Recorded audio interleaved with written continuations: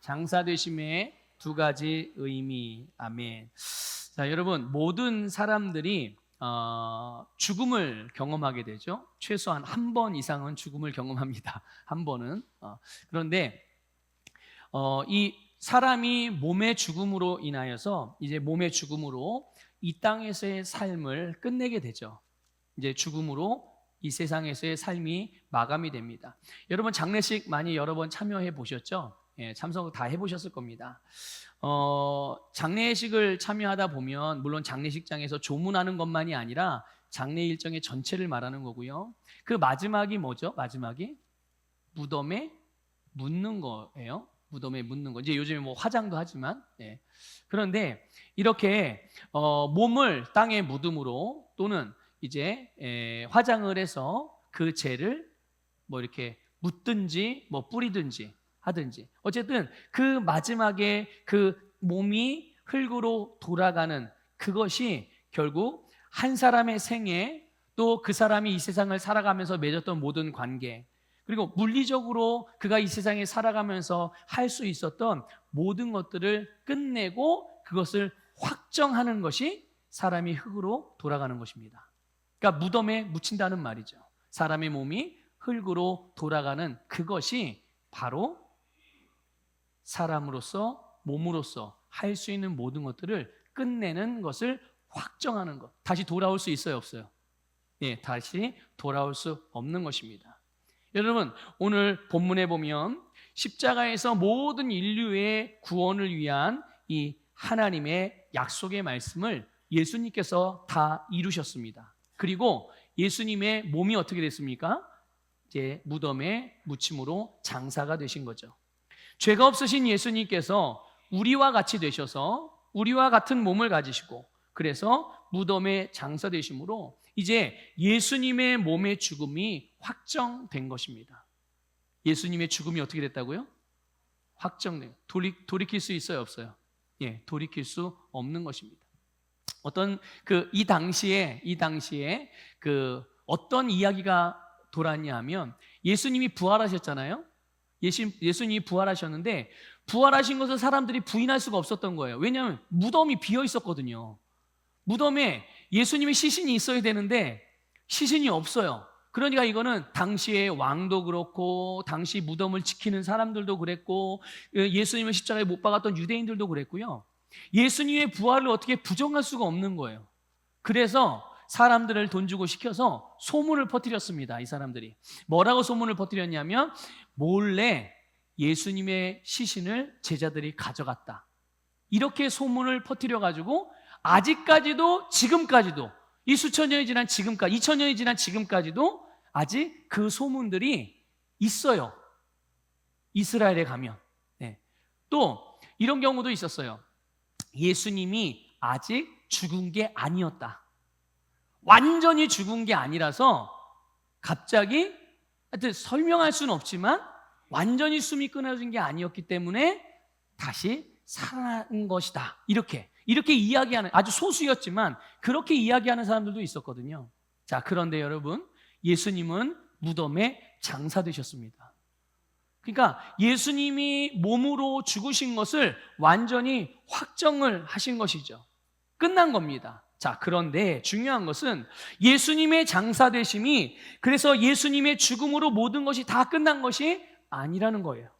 예수님의 장사되심은 또 다른 하나의 의미가 있는데, 그게 뭐냐면 새로운 창조, 새로운 시작을 위한, 바로 새로운 시작을 알리는 사건이었다는 것을 기억하시기를 축복합니다. 그러니까 장사되신 예수님께서, 이제 장사되신 예수님은 이제 몸은 장사됐어요. 근데 그 영혼이 무슨 일을 행하셨습니까? 예수님의 영혼은 죄와 그리고 지옥의 권세, 사망의 저주, 사단에 대하여 승리하심으로 모든 이름 위에 뛰어난 이름으로 다시 살아나신 줄 믿습니다.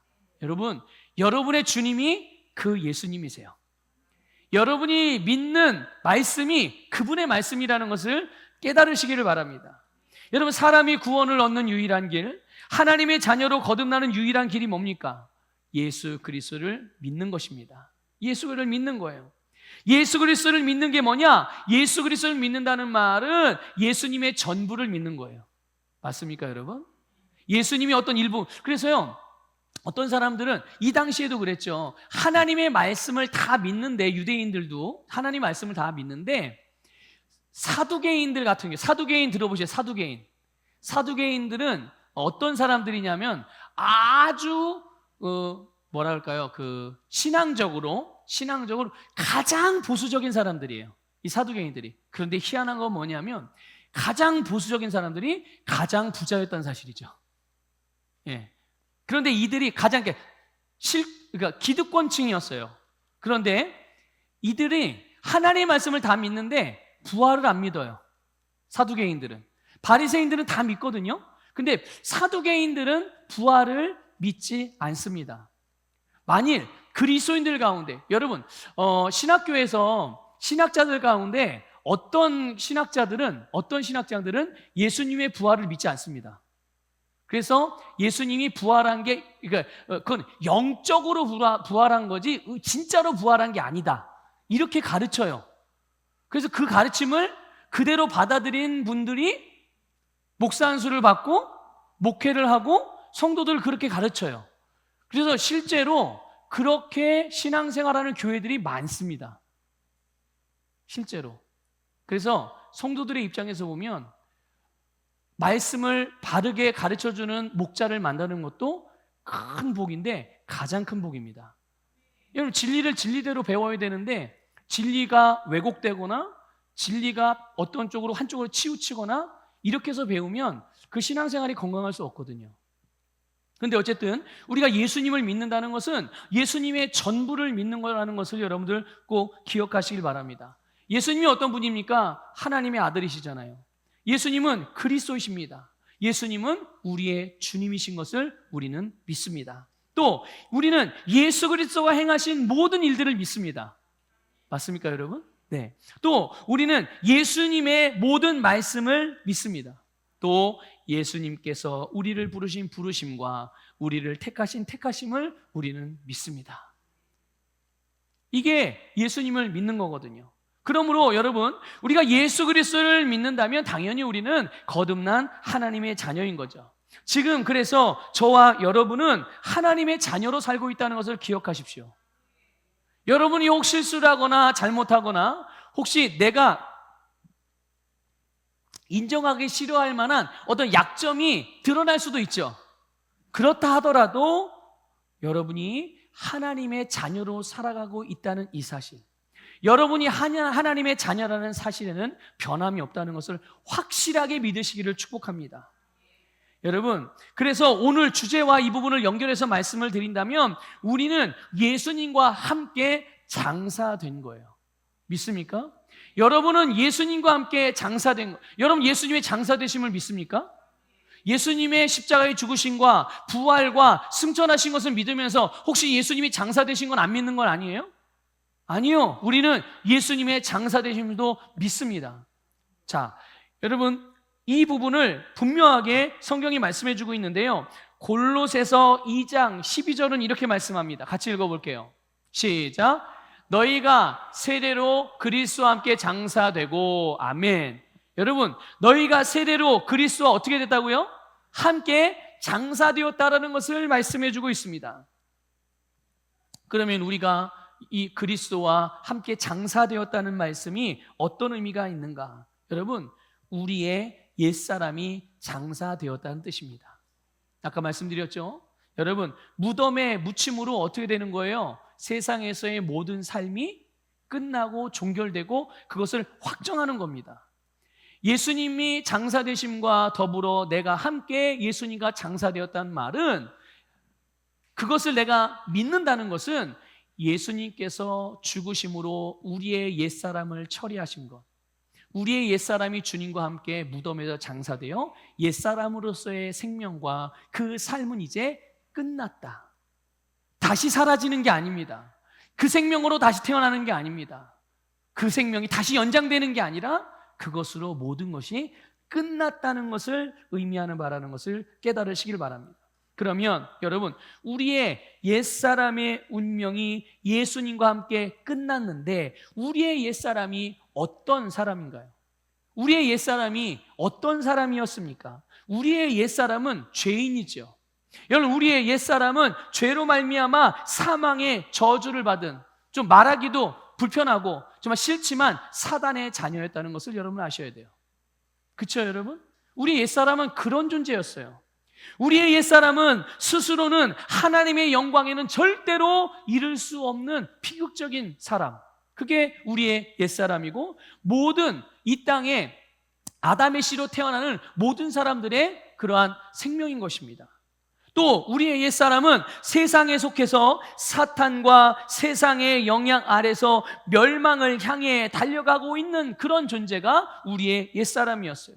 우리의 옛사람은 죄와 질병과 가난과 믿음과 미움과 다툼, 실망, 절망, 실패하는 사람, 이게 우리의 옛사람. 그 안에서 지지고 볶고, 그 안에서 상처를 주고 받고, 그 안에서 가난했다 망했다가 조금 형편이 나아졌다, 그러면서 온갖 고통과 신음과 눈물과 애통하며 살아가는 인생이 바로 우리의 옛사람이었다는 사실이죠. 그러나 여러분, 예수님께서 우리의 옛사람과 동일시 되셨습니다. 이것을 여러분 믿으십니까? 여러분의 옛사람과 예수님께서 동일시 되셔서 우리를 대신하여 장사되신 거죠. 우리의 옛사람을 예수님의 몸에 짊어지고, 우리의 모든 죄를 예수님의 몸에 짊어지고, 우리의 모든 약점과 약함과 심지어 악함까지도 다 예수님이 짊어지고 십자가에서 죽으시고 장사되심으로써 우리의 옛사람의 생명과 그 운명이 예수님의 장사되신 그 무덤에서 끝나게 된 것입니다. 이것을 믿으시기를 축복합니다. 우리에게 고통을 가져다 줬던 모든 죄와 사망의 저주들, 그리고 하나님을 대적하고 하나님의 자녀들인 우리들의 이 믿음의 삶을 회방하고 대적하는 모든 어둠의 권세들이며 사탄에 대하여 예수님과 함께 죽었으므로. 누구와 함께 죽었다고요? 누가요? 누가? 여러분이요. 저와 여러분이 그 예수님과 함께 죽고 예수님과 함께 장사되었으므로 이제 우리는 더 이상 그것들의 영향을 받지 않게 되었다는 것을 잘 인식할 수 있으면 좋겠어요. 여러분은 더 이상 사단의 권세도 그렇고 이 세상에 속한 것들로부터 영향을 받지 않아도 되는 사람들이라는 것을 믿으시길 축복합니다. 이거를 여러분들 아셔야 돼요. 이걸 아셔야 돼요. 로마서 6장 2절을 말씀합니다. 같이 읽어볼까요? 시작. 그럴 수 없느니라 죄에 대하여 죽은 우리가 어찌 그 가운데 더 살리요? 아멘. 그렇습니다. 여러분, 죄에 대하여 죽었어요. 믿습니까? 이전에 죄를 가지고 있어, 죄의 본성을 가지고 있고 늘 무엇을 하든지 죄밖에 될 수 없었던 우리의 옛사람이 죽었어요.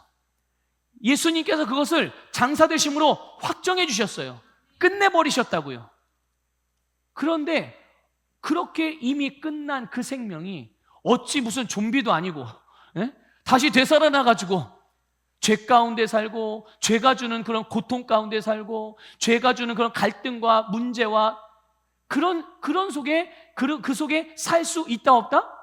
살 수 없다. 이것을 성경이 우리에게 분명하게 말씀해주고 있는 거예요.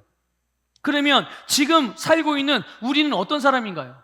아니, 나는 예수님을 믿기 전과 믿은 다음에 별로 크게 달라진 게 없는 것 같은데, 여러분, 그런데 이거는 생각해 봐야 돼요.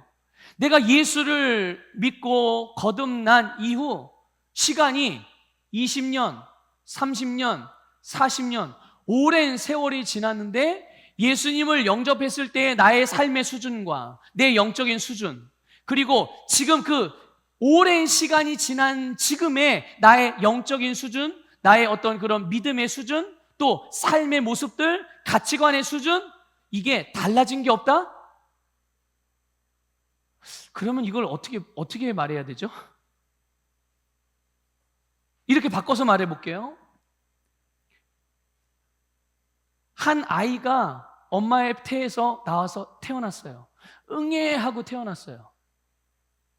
그런데 그 아이가 태어난 그 상태로 20년이 지나도 30년이 지나도 계속 그 상태예요. 여러분, 그런 상황을 보게 되면 그걸 정상적이라고 생각할 수 있으시겠어요? 뭐가 원인이 뭔지는 모르겠지만 분명한 문제가 있는 겁니다. 영적인 삶도 마찬가지예요. 우리 성경은 거듭나는 거라고 표현하잖아요. 예수를 믿으면 거듭난다. 다시 영적으로 신생아로 태어나는 거예요. 완전한 사람으로 태어나는 게 아닙니다. 영적인 신생아로 태어나는 거예요. 그러면 영적인 신생아로 태어나면 그 다음은 이제 어떻게 되는 거죠? 자라야죠. 자라야죠. 이게 정상인 겁니다. 이게 정상인 거예요. 그런데 자라지 못하고 계속 그 수준에 머물러 있다면, 만일 혹시 여러분 가운데 그런 생각이 조금이라도 드는 분들이 있다면 지금이라도 빨리 여러분들 바꾸시길 바랍니다. 뭘 바꿔요? 내가 예수님을 안 믿나? 예수님을 안 믿는 게 아니라 밥을 안 먹는 겁니다. 밥을 안 먹는 거예요. 여러분, 아이가 응애하고 태어나서 엄마 젖을 물고 먹어야죠. 조금 더 자라면 이유식을 먹어야죠. 거기에 맞는, 자기에게 맞는 그 양식을 잘 먹고 자고 싸고 좀 성장하면 좀 움직이기도 하고 자기의 일들을 해가며 계속 그렇게 해야 되는 거잖아요. 영적으로도 마찬가지예요. 영적인 성장도, 영적인 양식인, 영의 양식인 말씀을 잘 먹어야 되는데, 말씀을 그냥 귀로만 듣고, 여러분 갓난아이 태어나도 귀로 다 듣습니다. 응애하고 태어났을 때 옆에서 간호사들과 의사들이 뭔가 딱딱딱 이게 딱딱딱 하면 그 소리 들려요, 안 들려요? 다 들립니다. 다 듣습니다. 엄마가 우는 소리도 듣고, 엄마가 감격하는 소리도 듣고, 엄마가 자기를 부르는 소리도 다 듣습니다. 아빠가 부르는 소리도 듣고요. 그리고 시간이 점점 자라면 계속 차가 빵빵거리는 소리도 듣고, 선풍기 바람 소리도 듣고, 비가 오는 소리도 듣고, 소리 다 듣습니다. 그런데 자기의 귀에 들리는 그 소리가 다 자기를 그렇게 만듭니까? 아니죠. 자기가 받아들이고 이해하고 실제로 그렇게 행동하는 것만 자기의 삶이 되는 것입니다. 하나님의 말씀도 마찬가지예요. 하나님의 말씀도 내가 내 귀에 그냥 들린다고 다 나를 위한 말씀이 되는 게 아니라 내가 믿음으로 받아서 그 말씀으로 살아가는, 그것이 나의 인생을 만드는 든든한 반석이 되는 줄 믿습니다. 여러분, 우리가 죄에 대하여 죽었으므로, 예수님이 장사되심으로 이것을 끝났다 확정해 주셨으므로 우리는 더 이상 그 가운데 살 필요가 없는 자들이라는 거예요. 그럼 지금 우리는 이제 다른 사람이 된 거예요. 어떻게 다른 사람이요? 영적으로 거듭난 새로운 피조물이죠. 우리가 잘 아는 고린도서 5장 17절 말씀 읽어보겠습니다. 시작. 그런즉 누구든지 그리스도 안에 있으면 새로운 피조물이라. 이전 것은 지나갔으니 보라 새 것이 되었도다. 아멘. 그리스도 안에 있다는 말이 뭡니까? 예수 그리스도를 믿음으로 하나님의 가족이 되었다는 얘기예요. 뭔가 열심히 노력해서 그 안으로 막 비집고 들어가는 이게 아니라 예수 그리스도를 믿음으로 하나님께서 은혜로 우리를 구원해 주신 줄 믿습니다. 그러면 우리가 어떤 존재라고요? 새로운 피조물. 이전 것은 어떻게 됐어요? 지나갔어요. 우리 보고 보래요. 뭘 보라고 말합니까? 계속 이전 것을 바라보라고? 과거를 바라보라고? 아니요. 새롭게 된 우리를 바라보래요. 새롭게 된 여러분의 생명, 하나님이 새롭게 여러분에게 부어주신 아름다운 하나님의 소유들, 하나님의 능력, 또 하나님께서 여러분의 계획하신 아름다운 찬란한 여러분의 미래, 또 여러분이 하나님께서 부르신 최고의 그 부르심, 그 사명, 그런 것들을 바라보라고 말씀하고 있는 줄 믿습니다. 그래서 우리는 거듭난 영으로 이제 영생을 얻었고 의의 본성으로 의의 삶을 살면서 예수 그리스도와 하나 되었을 뿐만 아니라 하나님 아버지와 하나 된 하나님의 자녀들인 줄 믿습니다. 저와 여러분이 하나님의 자녀란 말이에요. 이것이 예수님의 장사되심이 우리에게 알려주는 메시지인 거예요. 이제 우리는 더 이상 이 세상의 말이나 이 세상의 시스템이나 사상, 종교, 이론, 문화, 지식, 경험에 영향을 받지 않고 오직 하나님의 말씀을 따라서 행하고 예수 그리스도의 이름으로 승리하는 삶을 살아가는 자, 이것이 오늘 저와 여러분인 줄 믿습니다. 이것이 오늘 저와 여러분, 이것을 인식하셔야 돼요. 이거를 믿음으로 받고 정말 내가 그런 줄 알고 그렇게 사는 것이 중요한 것이죠. 로마서 6장 4절을 같이 읽겠습니다. 시작. 그러므로 우리가 그의 죽으심과 합하여 세례를 받음으로 그와 함께 장사되었나니 이는 아버지의 영광으로 말미암아 그리스도를 죽은 자 가운데 살리심과 같이 우리로 또한 새 생명 가운데서 행하게 하려 함이라. 아멘. 우리는 예수님과 함께 장사되었고 이제는 새 생명 가운데서 살아가는 자들이다. 이것을 말씀해 주고 있죠. 자, 다시 한번 말씀드릴게요. 이제 우리는 더 이상 죄 가운데 살지 않습니다. 새 생명 가운데 삽니다. 믿습니까? 옛사람의 생명이 아니라 새 생명 가운데 살아가고 있어요. 이 말은 더 이상 죄의 영향 아래서 살지 않는다는 뜻입니다. 죄로 말미암아 들어오게 되었던 것들, 그게 뭡니까? 두려움, 불안, 염려, 걱정, 분노, 조급함, 거짓, 욕심, 정욕, 이런 것들을 따라서 우리는 행하지 않는 자들이라는 거예요. 우리는 이런 것들이 이제는 지나갔고 이런 것들이 주님의 무덤에 함께 장사되었고 끝나버렸고 우리는 이제 살리고 사랑하고 복을 나눠주고 섬기고 진리를 따르는 의의 삶을 살아가면서 주님의 다스림을 받습니다. 주의 이름으로 세상을 다스립니다. 이것이 오늘 저와 여러분의 삶이고요. 이것이 우리가 마땅히 살아야 할 삶이라는 사실을 인식하고 아시기를 여러분들 축복합니다. 여러분 이거를 알고 계셔야 돼요. 어떤 사람도 그렇게 생각하는, 제가 예전에 그랬어요. 그래서 뭐? 그거 아는 게 뭐가 그거 안다고 뭐가 달라져? 네, 알면 달라집니다. 근데 나는 아는데 왜 안 달라져? 그거는 모르기 때문에 안 달라지는 겁니다. 그건 모르기 때문에. 늘 말씀드리죠. 진짜 아는 건 어떻게 하는 게 아는 거예요? 내가 진짜 아는 것은 행동으로 옮겨지고 사라지는 게 진짜 아는 거예요.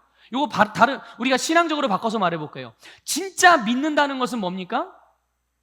내가 삶으로 사라지는 것만 믿는 겁니다. 믿습니까, 여러분? 그러니까 나는 믿습니다 했는데 사라지지 않아요? 아직 안 믿는 겁니다.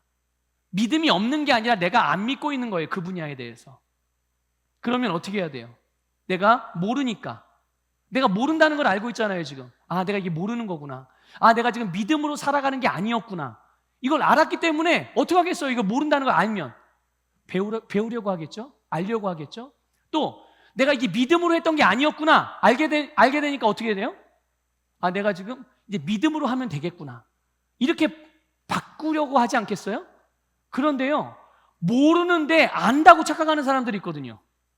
모르는데 삶으로는 전혀 사라지지 않아. 그럼 이거 아는 거예요, 모르는 거예요? 모르는 거잖아요.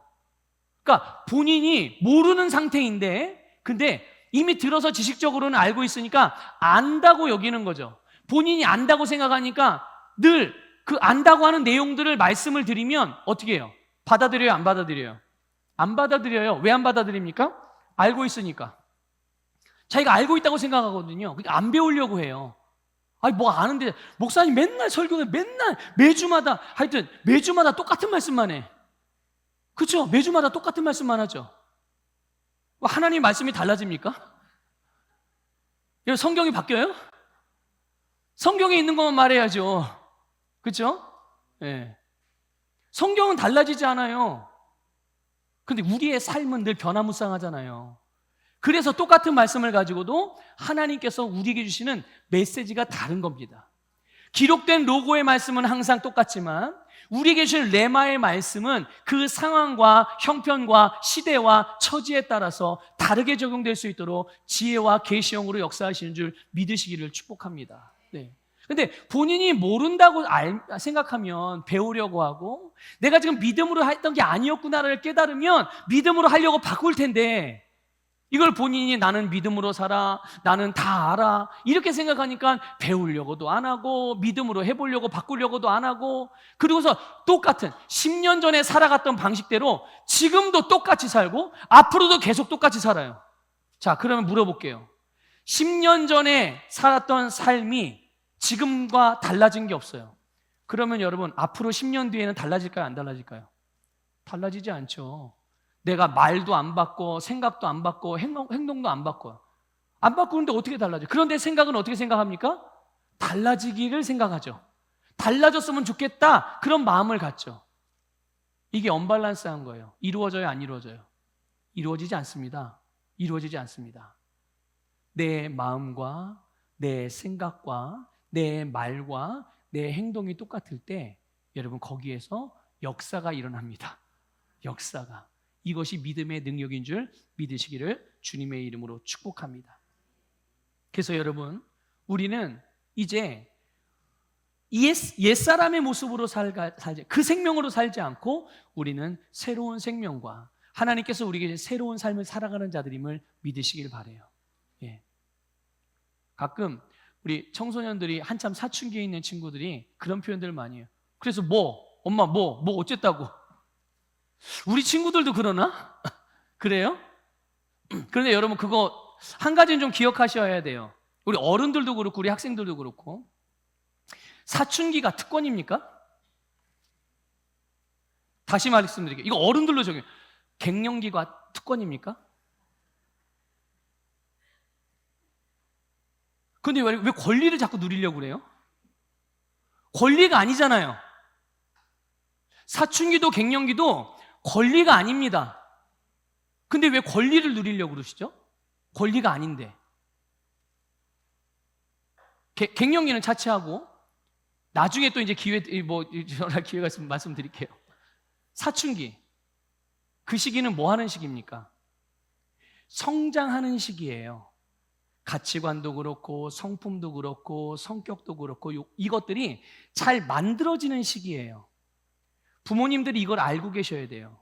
그래서 아이들이 혹시라도 자녀들이 사춘기라는 그 시기를 감정을 다루는 일이나 뭔가 선택과 결정을 하는 일이나 또 자기의 삶을 다루는 일이나 또 몸의 변화들에 대한 어떤 그 적응력들이나 이런 것들을 잘 할 수 있도록 교훈하고 알려주셔야 되고 학생들도 그거를 알고 있어야 돼요. 그래서 저도 우리 아이들에게 사춘기 때 나오는 그런 반항심 또 질풍노도의 그런 어떤 삐뚤어짐, 저는 그거를 방관하지 않거든요. 그래서 때립니다. 말 안 들으면. 근데 얘네들이 사춘기 때 저한테 맞아본 적은 없어요. 아예 어릴 때는 맞아본 적이 있죠. 사춘기 때는 맞아본 적은 없는데, 제가 때려본 적은 없는데, 근데 어긋나면 때리려는 각오는 하고 있었어요, 제가. 그래서 아이들에게 틈틈이 말해줬거든요. 너희들 사춘기는 너희들이 너희 감정을 마음대로 표출하는 그런 시기가 아니야. 사춘기는 너희들이 누리는 권리가 있는 그런 시기가 사춘기가 아니야. 사춘기는 네가 감정을 다루는 법을 배우는 시기이고 문제를 해결하는 방법을 배우는 시기이고 인격을 형성하는 시기이기 때문에 그때 승질대로 그때 하고 싶은 대로 그렇게 행동하고 하는 것이 아니라 그거를 잘 다뤄서 좋은 방향으로 결정을 하고 좋은 방향으로 말을 하고 좋은 방향으로 행동하는 것을 연습하여 훈련하는 시기야 라는 것들을 틈틈이 말해줬어요. 감사하게도 아이들이 그런 부분들을 좀 받아들인 부분들도 있고 물론 안 받아들인 부분들도 있죠. 완전하진 않으니까요. 그런 시기에 그러니까 그럴 때 어쩌라고 여러분 이런 반응을 하면 그 다음이 없어요. 그 다음이 없습니다. 누군가가 하나님의 말씀도 마찬가지죠. 하나님께서 나에게 뭔가를 말씀해 주시는데 그래서 어쩌라고요 하나님. 저 이런 것밖에 안 되거든요. 하나님 내 인생이 이거밖에 안 돼요. 내가 이렇게 돈이 없어요. 내 몸이 이렇게 망가졌어요. 내 나이가 이렇게 많이 들었어요. 내가 이렇게 어려요. 내 상황이 이래요. 그 하나님 어떻게 하라고요 나보고. 이렇게 반응하면 답이 없어요. 답이 없어요. 그럼 그렇게 반응하면 하나님이 그래 네 알아서 살아 이렇게 하실까요? 그러진 않으시죠. 그럼에도 불구하고 하나님 우리에게 끊임없이 기회를 주십니다. 하나님은 좋으신 분이니까요. 하나님이 선하신 분이니까. 그런데 기다리신단 말이죠. 우리가 돌아올 수 있게 계속 도우시면서 기다려요. 우리를 마치 뭐 소 코에다가 콧뚜레를 껴가지고 막 이렇게 끌고 가지 않으시고 그렇게 끌고 가지 않으시고요. 우리의 계속 말씀을 들려주시고 또 좋은 권면을 듣게 하시고 성령으로 우리의 마음을 계속 감동하셔서 우리로 하여금 그 주님의 말씀에 바르게 내가 반응하고 결정할 수 있도록 도우신다는 것을 깨달으시길 바랍니다. 그래서 우리로 하여금 더 온전해질 수 있도록 영적으로 성장할 수 있도록 그렇게 변화를 일으켜 주신다는 것을 믿으시길 바랍니다. 그러니 여러분 사춘기에 있는 학생들이나 갱년기 중에 있는 어른들이나 또 우리 모두가 하나님의 말씀 앞에서 주님께서 우리에게 주신 어떠한 유익한 기회들 앞에서 뭐 어쩌라고 이런 방종한 태도로 하나님의 말씀과 주님의 삶의 기회를 대할 것이 아니라 항상 겸손함으로 우리 자신을 하나님께 내어드리고 주님께 주신 아름다운 것들 다 믿음으로 잘 받아서 영적으로 지속적으로 성장해 가시기를 주님의 이름으로 권면을 드립니다. 여러분 오늘 본문에 보면 아리마대 요셉과 니고데모가 나와요. 그런데 이 둘이 예수님을 장사 지는데 아주 주도적인 역할을 하고 있거든요. 이 두 사람이요. 38절에 보면 아리마대 요셉에 대해서 나와요. 예수님의 제자였어요. 이 사람은요. 이 사람은 물론 예수님이 세우신 뭐 12제자는 아니지만 예수님을 곁에 따라다녔던 그 예수님의 교훈을 받아들였던 그런 예수님의 제자였단 말이죠. 그런데 유대인을 두려워해서 자기가 예수님의 제자인 것을 어떻게 했어요? 숨겼어요. 드러내지 않았단 말이죠. 자, 여러분 혹시 여러분 주변에 여러분이 그리스도인인 거 다 알아요, 몰라요? 알아야 돼요. 아셔야 됩니다. 네, 다 아셔야 돼요. 나 교회 다녀 이렇게 말해서 아는 게 아니라 여러분의 언어와 여러분의 성품과 여러분의 행동과 이런 것들을 통해서 이 사람 그리스도인이구나 이렇게 알아지게 되기를 주님의 이름으로 축복합니다. 네. 그런데 어쨌든 이 아리마대 요셉 같은 경우는 유대인들을 두려워해가지고 자기가 예수님의 제자인 것을 숨겼다. 이렇게 오늘 말씀이 소개하고 있어요. 여러분, 아리마대 요셉은요, 공회원이었습니다. 유대인들의 공회원. 자기의 세상에서 지위를 갖고 있었어요. 또 명예, 부를 가진 사람이었습니다. 그런데 자기가 예수님의 제자라는 것을 드러내는 순간 어떻게 될까요? 자기가 살고 있는 자기의 세상, 자기가 속한 공동체, 자기가 지금 가지고 있는 지위를 누릴 수 있는 그 자리, 그런 그 권세의 자리, 이 모든 것들을 잃을 수도 있는 거죠. 또 그래서 유대인들은 예수님을 십자가에 못 박아 죽일 만큼 예수님을 경멸했는데 그런 예수님을 이 공회원인 아리마대 요셉이 제자다? 이게 드러나면 모든 것을 다 잃어버릴 수가 있거든요. 아리마대 요셉은 예수님의 제자였기 때문에요. 예수님의 제자라는 의미가 어떤 의미인지를 너무 잘 알고 있었어요. 예수님의 제자가 되는 것, 뭐 우리식으로 표현하면 그리스도인으로 살아가는 게 어떤 의미인가? 이것에 대해서 너무 잘 알고 있었기 때문에 언제나 어디서나 자기가 예수님의 제자라는 것을 드러내는 일에 대하여 두려움이 항상 걸림돌이 되었던 거예요. 두려워하는 마음 때문에 내가 예수님의 제자입니다 라고 말하기도, 예수님의 제자로 행동하는 것도 항상 마음의 장애물이 되었던 거예요. 그런데 여러분, 이 사람뿐만 아니라 니고데모도 마찬가지였습니다. 니고데모, 이 사람 역시 공회원이었어요. 공회원. 그런데 39절에 보면 니고데모가 어떤 사람, 여러분 아시죠? 어떤 사람이었어요? 밤에 몰래 예수님을 찾아왔던 사람이에요. 그래서 영생에 대한 주님의 말씀을 듣잖아요. 거듭남에 대해서 배우기도 하고. 근데 오늘 본문도 그렇게 소개하고 있어요. 니고데모를 밤에 몰래 예수님을 찾아온 사람이다. 근데 이 니고데모가 예수님의 말씀을 듣고서 또 예수님의 행하신 일들을 보면서 예수님이 메시아구나라는 걸 금방 알아봤어요. 그래서 예수님에게 찾아오기도 했고, 그래서 예수님의 말씀을 듣고 그 예수님의 말씀을 믿고 예수님을 따라다니는 그런, 예수님의 진리를 따르는 그런 사람이 된 거죠. 그런데 요셉과 마찬가지로 이 니고데모도 자기가 예수님을 믿는다는 것을 자기의 세상에서 잘 드러내지 않았어요. 왜 그럴까요? 뭐 아리마대 요셉과 비슷한 이유입니다. 자기가 가지고 있는 것들을 잃어버릴까 봐 그 두려움 때문에 이도 역시 자기가 예수님을 따른다는 것을 나타내지 않은 거예요. 자, 그런데 오늘 본문을 보면요, 이런 아리마대 요셉이나 니고데모가요, 두려움으로 인해서 또 자기에게 올 수 있는 불이익이나 피해나 손해에 대해서 이제는 더 이상 개의치 않는 모습을 보죠. 이제 이것들을 개의치 않고요, 너무나도 당당하게 예수님의 시신을 가지고 장사를 지내요. 아리마대 요셉은요, 빌라도에게 찾아갑니다. 찾아가서 예수님의 시신을 나에게 달라고. 자기가 예수님을 장사 지내겠다고. 그래서 원래는 이 아리마대 요셉이 자기를 위해서 마련해놓은 새로운 무덤이 있는데, 그 잘 정비된 깨끗한 그 무덤에 예수님의 시신을 안치하죠. 또 니고데모는 어땠습니까? 니고데모는 모략과 침향 섞은 것이라고 오늘 본문에 기록되어 있는데요, 이 향품을 말하는 향품, 시신의 부패와 또 냄새나는 것들을 막는, 최대한 부패를 늦추고 이런 일에 사용하는 그런 향료거든요. 근데 이런 향품을 가지고 예수님의 시신에 염습을 해요. 여러분, 근데 니고데모가 사용했던 모략과 침향 섞은 것의 무게와 양을 오늘 본문이 말씀해 주고 있는데, 여기도 굉장히 중요한 의미가 담겨 있어요. 이게 100리트라거든요. 100리트라. 이거 우리식으로 우리가 사용하는 무게, 양으로 따지면 약 32kg 정도 되는 거예요. 여러분 생각해 보세요.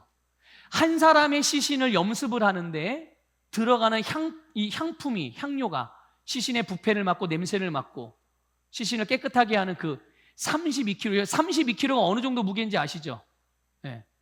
10kg짜리 3개하고도 조금 더 넘고, 네. 우리 청소년 학생들의 몸무게 정도 되는 거예요. 일반적인 아이들의 몸무게. 그 정도의 향품을 가지고서 예수님의 시신을 염습을 합니다. 그런데 여러분, 이 정도의 양의 향품이 전통적으로 왕의 장례를 치를 때 사용되었던 양이었답니다. 전통적으로 그러니까 당시의 왕은, 그러니까 그 유대인들 또 당시 살아갔던 그 로마 문화든지 헬라 문화권에서 뭔데 그뿐만 아니라 구약 시대도 마찬가지죠. 왕은 곧 신이에요. 그래서 바로 같은 경우도 그렇고 로마의 황제도 네로 같은 경우도 그렇고 다 자기를 태양의 아들이라고 그렇게 여기잖아요. 자기를 신격화해서 우상으로 그렇게 만들어버리잖아요. 사람들에게, 백성들에게 자기를 섬기라고. 그러면 이 신의 아들은 죽어야 돼요, 안 죽어야 돼요? 죽으면 안 돼. 그러니까 어떻게 해야 돼요? 근데 안 죽어요? 죽잖아요. 근데 살아있는 것과 똑같이 만들기 위해서 어떻게 하죠? 썩으면 돼요, 안 돼요, 몸이? 안 돼요. 그래서 이만한 양의 향품을 쓰는 겁니다. 그래서 이제 하도 안 썩어서 나중에는 어떻게 되죠? 미라가 되죠, 미라가. 그대로 보존이 되는 겁니다. 그대로. 수분만 빠지고 그대로 보존이 되는 거예요. 그만한 양의 향품을 예수님의 시신에다가 사용을 하는 거예요. 누가요? 니고데모가. 여러분, 아리마대 요셉과 니고데모의 변화된 모습을 보십시오. 두려움 때문에 자기 자신이 그리스도인임을 드러내지 못하고 그리스도인으로서 믿음으로 말씀을 따라 살아가는 데서 항상 자유롭지 못했던 그들이 오늘 본문 38절에서 말씀하고 있는 대로 이 일 후에 이렇게 되어 있어요. 도대체 어떤 일 후에라는 말씀입니까? 예수님이 십자가에서 죽으신 바로 그 사건 후에 이들에게 변화가 일어나게 된 것입니다. 그들 안에 예수 그리스도가 왕이심을, 진정한 왕이며 유일한 왕이심을 믿게 된 것이고, 이들 안에서 그것이 결론이 난 줄 믿습니다. 더 이상 이제는 그들을 두렵게 하는 이 세상의 왕은 있어요, 없어요? 없어요. 이제는 돈도, 명예도, 사회적인 지위도, 심지어 자기가 속해 있던 그 공동체도, 아니 체면, 자존심, 또 혈연, 부모, 자식, 형제, 자매, 친구, 다. 이 어떤 것도 이제 이들에게 있어서 왕 노릇을 더 이상 할 수 없는 거예요. 왜냐? 이들의 중심에서 그동안 자기의 왕의 자리를 차지하고 있었던, 가장 높은 마음의 자리를 차지하고 있었던 것들을 다 밀어내고 거기에 누구를 모신 거예요? 네, 예수 그리스도를 모신 겁니다. 이것으로 결론이 난 것입니다. 여러분, 이제 더 이상 우리를 두렵게 하는 세상에 왕이 없다는 것을 믿으시기를 축복합니다. 이제 더 이상 세상에 속한 어떤 것도 우리들에게 피해를 줄 수 없고 우리를 희생자로 만들 수 없다는 것을 믿으시기를 축복합니다. 옛사람은 이렇게 예수님과 함께 장사되었고 끝났어요. 새로운 사람으로 예수 그리스도가 우리의 왕되심에 대한 결론이 나므로 이제 우리 안에 계신 예수 그리스도가 다스리는 새로운 생명과 새로운 삶의 시작이 되었다는 것을 깨달으시기를 축복합니다. 이 새로운 삶은요, 여러분, 예수님을 위한 삶입니다. 하나님의 일을 행하는 삶입니다. 부활의 생명으로 살아가는 부활의 삶입니다. 영광스러운 삶이죠. 그런데 우리가 한 가지 기억해야 될 것이 있습니다. 아리마대 요셉이나 니고데모가 자신들이 예수님을 장사 지낸 일에 대하여서 어떻게 생각하고 장사를 지냈을까?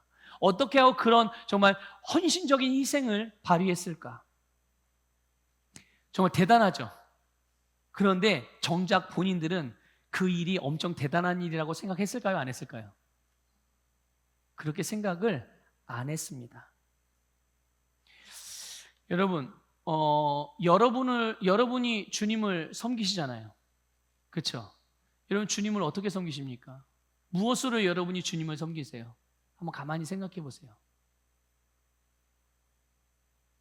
여러분이 주님을 섬기는 섬김을 대단한 섬김이라고 혹시 여기시나요? 아마 그러지 않으실 것 같아요. 저도 그래요. 저도 목회 사역을 하고 또 여러분과 함께 신앙생활을 하지만 제가 사역하는 이 사역이 뭐 하나님을 위해서 하는 일이긴 하지만 이것이 뭐 대단한 일이라고 그렇게 생각하지 않습니다. 그런데요, 다른 사람들, 세상이 볼 때는 이게 대단해 보여요. 여러분 생각해 보세요. 세상 사람 주일마다 다 어디 가요?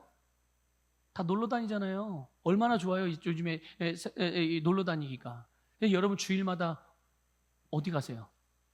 네, 예배당 가요. 교회 모이잖아요. 예배 드려요. 그리고 예배만 드리는 게 아니에요. 돈도 내요. 헌금도 내요. 돈을 줘가면서. 그러기만 예배만 드립니까, 여러분이? 아니죠. 땀 뻘뻘 흘려가면서 봉사하잖아요. 여러분을 위해서 하는 게 아니라 다른 사람을 위해서, 공동체를 위해서, 눈에도 보이지 않는 예수님을 위해서 그렇게 일하시잖아요. 여러분 세상 사람들이 그걸 볼 때 어떻게 생각하는 줄 아십니까? 저 사람은 대단하네. 그렇게 볼 줄 아는 사람들은 그렇게 생각합니다. 아니, 물론 그걸 막 따라할 만하고 존경할 만하고 그렇게 생각하진 않아요. 하지만 야, 저 사람들은 진짜 대단한 사람들이야. 아니 이렇게 좋은데 놀러 가지도 않고 그 건물 안에 갇혀가지고 뭐 하는 거야 도대체? 응? 울긴 또 왜 그렇게 울어? 누가 때린 것도 아닐 텐데, 또 누가 욕한 것도 아닐 텐데. 그런 걸 보면서 여러분 세상 사람들은요, 그런 그리스도인들을 보면서 여러분 평범하게 보지 않습니다. 정말 대단하게 보는 거죠. 특별하게 보는 거죠. 그런데 그런 여러분들은 본인이 그렇게 특별하다고 생각하십니까? 내가 지금 특별한 일을 행하고 있다고 생각하십니까? 그렇지 않아요. 그렇지 않습니다. 니고데모와 아리마대 요셉도 마찬가지. 우리가 볼 때는 굉장히 대단한 일을 하는 것처럼 보이잖아요. 근데 정작 본인들은 그렇게 생각하지 않는. 물론 여러분, 누구든 주님을 위해서 헌신하고 섬기는 모든 일들은 다 실제로는 대단한 일들입니다. 그러나 정작 헌신하는 당사자, 섬기는 당사자는 믿음을 따라 주님의 능력으로 행하는 것입니다. 믿습니까? 자기의 능력으로, 자기의 힘으로 행한다고 생각하지 않습니다. 참된 헌신, 참된 섬김은 오직 믿음을 따라서 성령의 감동과 인도를 따라서 그때 자기에게 주님께서 하라고 하신 그 일들을 성령의 능력으로 하는 거죠. 그래서 우리가 주님을 섬기는 섬김, 그것이 작아 보이기도 하고 뭐 커 보이기도 하지만 정작 우리는 그것이 작고 크고의 의미가 아니라 내가 주님을 쓰임 받았다는 그것으로 인하여 감사하고 그것으로 인하여 기뻐하며 주님의 일들을 감당하는 것이죠. 그런데 여러분, 시간이 지나요. 그리고 그렇게 시간이 지나고 그 이후에 하나님께서 우리의 헌신과 섬김을 통해서 이루신, 합력하여 선을 이루신 그 결과를 볼 때 어떻습니까? 그것을 경이롭게 여기고 다시 한번 하나님께 영광을 돌리게 되는 것입니다. 그래서 우리는 우리를 자랑하지 않습니다. 우리는 예수 그리스도를 자랑합니다. 그 일들이 우리에게서 난 것으로 한 것이 아니라 하나님으로부터 난 것으로 행한 일들이기 때문인 줄 믿습니다. 근데 가끔 그 분란이 일어날 때가 있어요. 성도들 사이에. 왜 그런가요? 자기를 자랑하려고 그래서 그래요.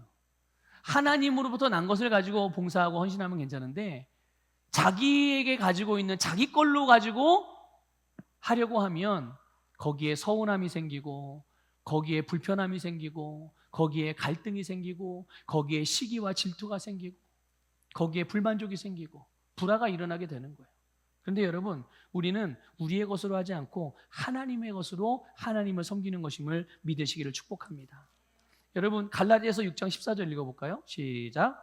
그러나 내게는 우리 주 예수 그리스도의 십자가 외에 결코 자랑할 것이 없으니 그리스도로 말미암아 세상이 나를 대하여 십자가에 못 박히고 내가 또한 세상을 대하여 그러하니라. 아멘. 우리가 결코 그리스도 외에 자랑할 것이 없습니다. 믿습니까? 왜냐하면 우리가 모든 것을 주님으로부터 받았으니까요. 이거 누구 거예요? 주님 거. 우리는 건 뭐죠? 그걸 맡은 청직이죠. 그리고 뭐 어떤 거가 돼, 크든 것이든 작은 것이든 주님으로부터 받은 것을 가지고 주님의 일을 하는 거예요. 그러니까 우리를 통해서는 주님만 자랑이 되어야죠. 또 빌립보서 3장 3절 읽겠습니다. 시작. 하나님의 성령으로 봉사하며 그리스도 예수로 자랑하고 육체를 신뢰하지 아니하는 우리가 곧 할례파라. 아멘, 아멘. 또 하나 여러분 한번 우리 생각해 보죠. 아리마대 요셉이나 니고데모가 자기들이 주님을 위해서 헌신하고 섬긴 일들, 자, 이 일들이 결국은 예수님의 부활을 예비한 사건이잖아요. 그런데 이들이 자기들이 예수님의 시신을 장사 지낼 때, 무덤에 묻을 때 이 예수님의 부활을 예비하는 것이라는 것을 알았을까요? 몰랐을까요? 우리가 이렇게 할 때 예수님 부활을 예비하는 거야. 그래, 우린 예수님 어차피 부활하실 몸이니까 우리 깨끗하고 정결하게 잘 이렇게 해야 돼. 이래서 했을까요? 아니요, 전혀 몰랐습니다. 예수님의 부활에 대해서 전혀 생각해 보지 못했어요. 그들은 단지 그때 자기에게 보여진 당시의 필요, 또 성령의 인도하심과 감동을 따라서 본인이 할 수 있는 일들을, 마땅한 일들을 행한 것 뿐이라는 것을 기억하시길 바랍니다. 그런데 여러분, 하나님께서, 누가요? 네, 하나님께서 그들의 믿음의 헌신과 섬김을 통하여 온 세상을 구원하시는 사역의 한 부분을 위해서 사용해 주신 줄 믿습니다. 여러분, 하나님을 위한 믿음의 헌신과 섬김, 또 말씀을 따라 행하는 선택과 결정과 여러 가지 행동들, 이것이 여러분 작은 일들처럼 보일 수 있겠지만 하나님은 그 작아 보이는 일들까지도 하나님의 뜻을 이루시는 도구로 사용한다는 것을 믿으시기를 축복합니다. 우리로 하여금 하나님의 영광스러운 역사하심에 동참시켜 주시는 거예요. 이게 얼마나 여러분 감사한 일입니까? 얼마나 감사한 일이에요. 한 가지만 더 생각해보고 말씀을 마무리할 건데요. 여러분, 과연 이 예수님의 시신을 장사 지내는 필요가, 이제 예수님이 돌아가셨으니까 이 시신을 어떻게 해야 되죠? 이제 무덤에 이제 그 다음 단계 뭔가 조치를 취해야 되잖아요. 요 필요가 당시에 필요였어요.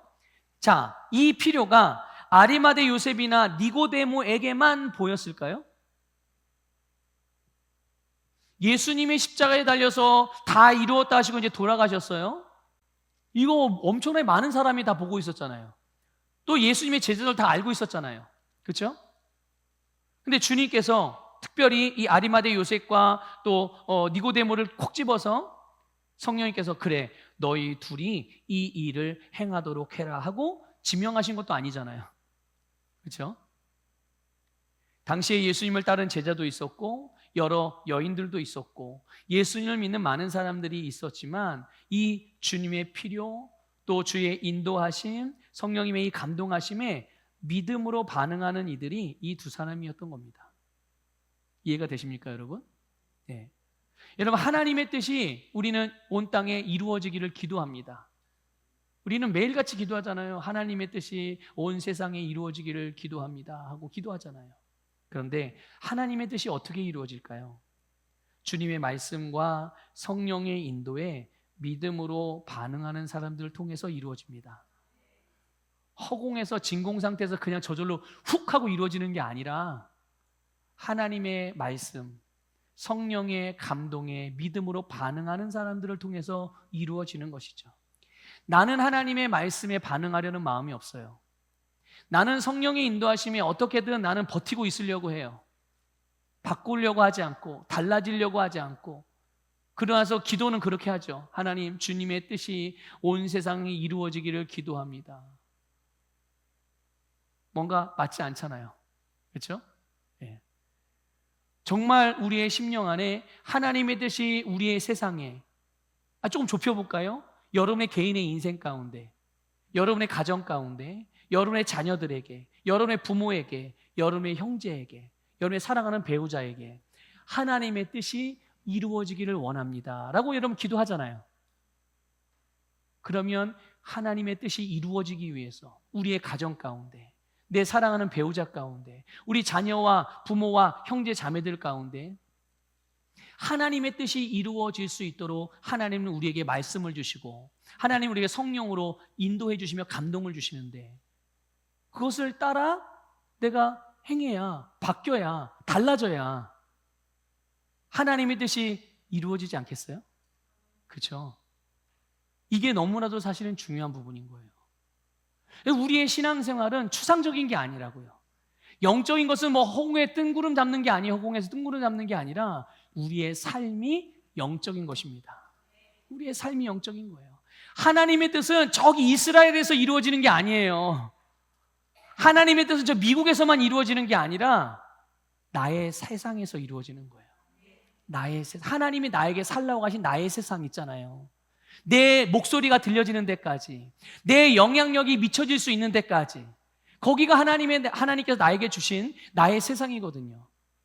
그 세상에 하나님의 나라가 하나님 임하고 하나님의 뜻이 이루어지는 데 있어서 주님께서 오늘 니고데모와 아리마대 요셉과 같이 필요가 보여지고 성령의 감동이 있을 때 아멘 하고 내가 그 말씀을 따라 나를 바꾸고, 성령의 인도하심을 따라 내가 그 감동에 헌신하여 나를 드리고, 그럴 때 하나님의 뜻이 이루어지게 된다는 것을 믿으시기를 축복합니다. 여러분, 이렇게 항상 주님의 말씀에 믿음으로 반응하는 이들, 항상 기뻐하고 쉬지 말고 기도하고 범사에 감사하는 사람들, 바로 이들이 예수님과 함께 장사되고 예수님의 부활과 함께 새롭게 거듭난 그리스도인들이라는 것을 깨달으시기를 축복합니다. 여러분의 주님을 위한 헌신, 여러분의 주님을 위한 섬김, 또 말씀을 따라 행하는 믿음의 삶, 여러분 멈추지 마십시오. 어떠한 장애물이, 어떠한 부담감이, 어떠한 불편한 일들이 벌어질 수 있어도 여러분의 믿음의 삶을 절대로 멈추지 않기를 축복합니다. 다른 사람들이 무엇이라 평가하든, 세상의 교회에 대하여 어떤 세상적인 요구와 기준을 제시하든, 우리는 세상의 기준과 세상의 요구와 세상의 왕의 다스림을 받지 않는 자들입니다. 믿습니까? 그들의 다스림을 받지 않아도 우리는 오히려 더 부유하게 되고 더 성장하고 더 아름답고 더 높은 수준의 삶을 살아갈 수 있게 태어난 자들이라는 것을 믿으시기를 축복합니다. 우리의 유일하신 왕, 우리의 구원자 되신 왕, 우리의 진리이자 생명 되신 왕이신 예수 그리스도를 믿음으로 주님의 말씀을 행하십시오. 여러분, 말씀의 다스림에 여러분을 내어드리시기를 축복합니다. 그리고 여러분 자신만 내어드린 것이 아니라 그 말씀으로 여러분의 세상을 다스리십시오. 우리는 예수님과 함께 장사되어서 옛사람은 처리되었습니다. 이제 더 이상 우리에겐 옛사람은 없어요. 그리고 새로운 생명으로 새로운 삶을 살아가고 있다는 것을 믿으시고, 여러분의 모든 삶을 승리하고 다스리는 왕으로 살아가시기를 주님의 이름으로 축복합니다.